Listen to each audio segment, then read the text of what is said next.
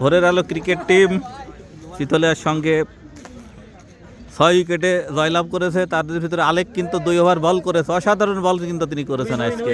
Win match তারপরেও হ্যাঁ বলো আলেক কিছু।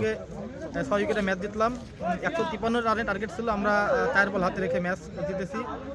সব কিছুর জন্য সবাইকে ধন্যবাদ এবং চিতলিয়া টিমকে ধন্যবাদ। তো সবাই ভালো থাকবেন। দর্শক, এই ম্যাচ কিন্তু টান টান উত্তেজনা পূর্ণ অবস্থায় শেষ হয়েছে।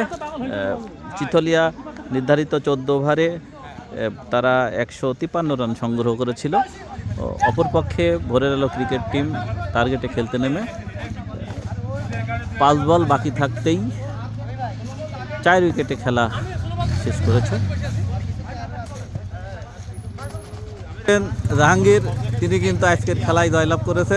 তিনি আজকের খেলা নিয়ে তিনি কি বলবেন আমরা শুনি। দর্শকদের ভালো খেলেছে, আমাদের সবুজ খুব ভালো খেলেছে, রামিম ভালো খেলেছে, সবচেয়ে বেশি ভালো খেলেছে আমাদের তোফেল। না ব্যাটিং না bowling, only fielding, only fielding. আমার বন্ধু মিষ্টি বলো ওপেনিং নামেছে, 2 ওভার ডট খায়, আউট হয়েছে।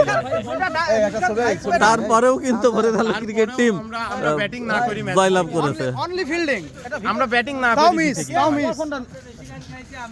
কারণ আমি রান্না খালি খেলা খুব ভালো খেলেছে। হ্যাঁ হ্যাঁ।